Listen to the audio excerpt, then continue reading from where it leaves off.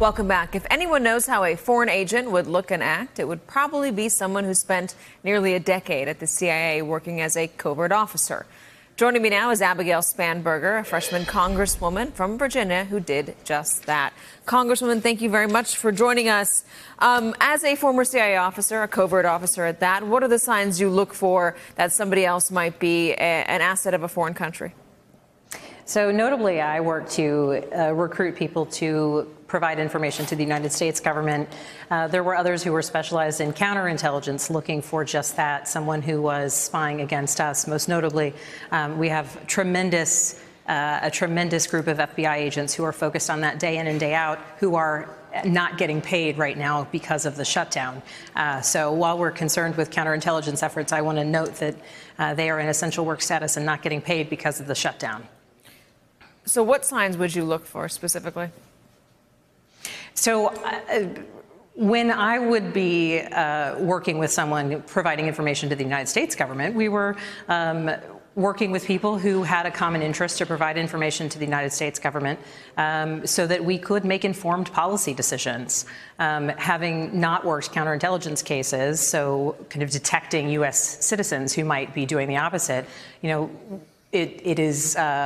weren't necessarily signs that we were looking for. Our primary goal as an operations officer, as a case officer, was to meet with individuals who had valuable information, talk about the common goals as to why the provision of that information to the United States government was of value to our nation and potentially to theirs.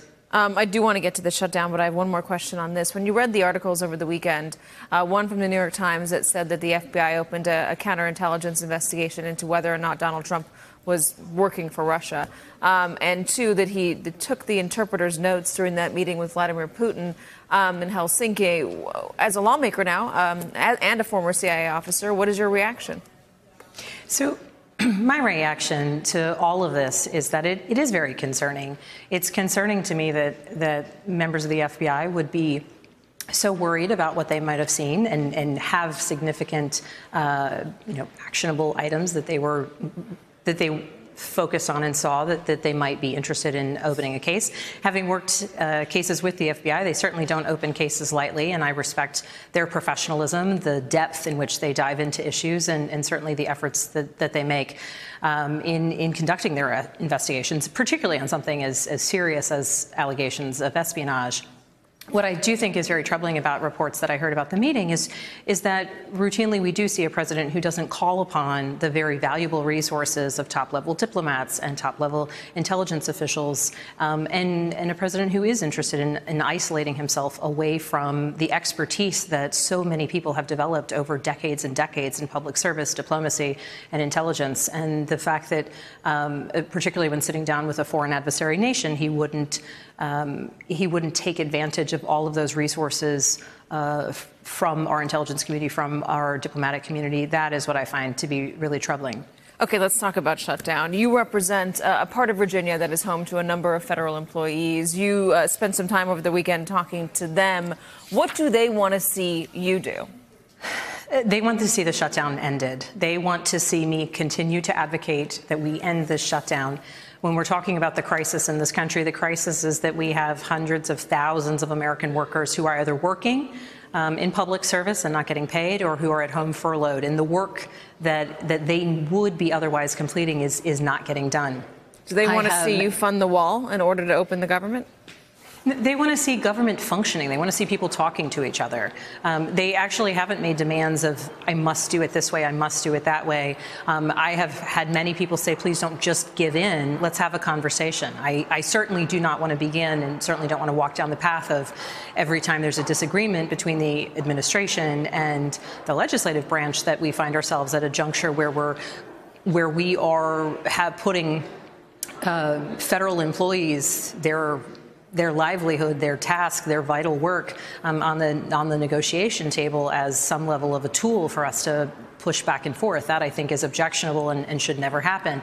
But the workers that I talked to, they told stories about the impact on their own lives. They told stories, HUD workers who are currently furloughed, talking about the people who they serve, the elderly, children, veterans, who they're really, truly worried about, because if they're not in the office to process their claims and be there to deal with them as clients and helpful resources, resources, then what's happening to those individuals? I talked to prison personnel at the Bureau, with the Federal Bureau of Prisons, who were saying, they're getting taunted within the prisons by prisoners who know they're not getting paid, and yet they go into work every single day, perform their duties, work to keep themselves safe, work to keep the prisoners they're guarding safe, and the stress of that is just tremendous. And when we talk about security-related issues, the fact that we have FBI agents, 13,000 FBI agents who are tasked with keeping this country safe from a terrorist threat, not at work, Customs and Border Patrol agents who are protecting our border, FBI agents are at work, but they're not getting paid, Customs and Border Patrol agents who are working without pay, it is just unconscionable, and that's the crisis. And when we're focused on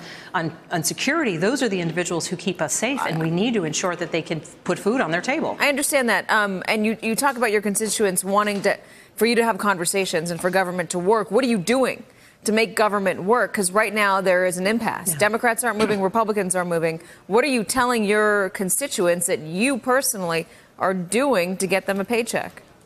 Yeah, so as of right now, over the weekend when I met them on Saturday, we talked about what it is that we had done starting on January 3rd. The House of Representatives voted on the bill that the Senate had passed in the 115th Congress. We voted on that bill that had passed by a voice vote unanimously on the Senate side. We voted for it.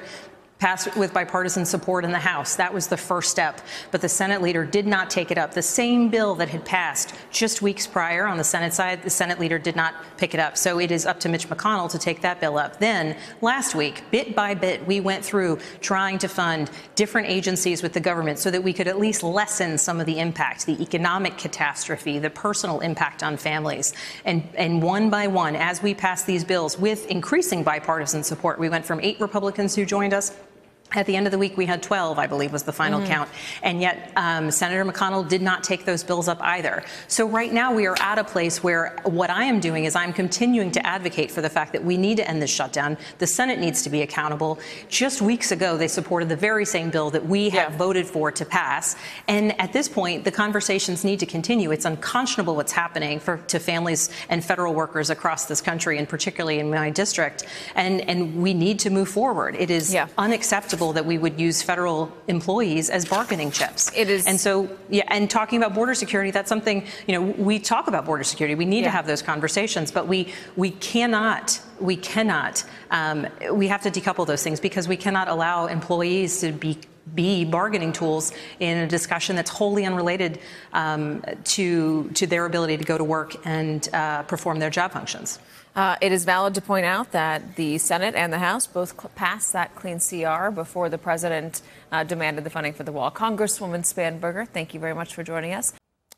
Hello, YouTubers. If you're watching this, it means you've checked out our channel, so thank you. Now do me a favor, subscribe by clicking on that button down there. Click on any of the videos to watch the latest interviews and highlights from MTP Daily and MSNBC. You can get more Meet the Press content every morning in the First Read newsletter. If you're tired of content that you don't know anything about where it came from, you don't have to have that problem with us. NBC News, MSNBC, MTP, and the Meet the Press mindset right here for you on YouTube. Subscribe now.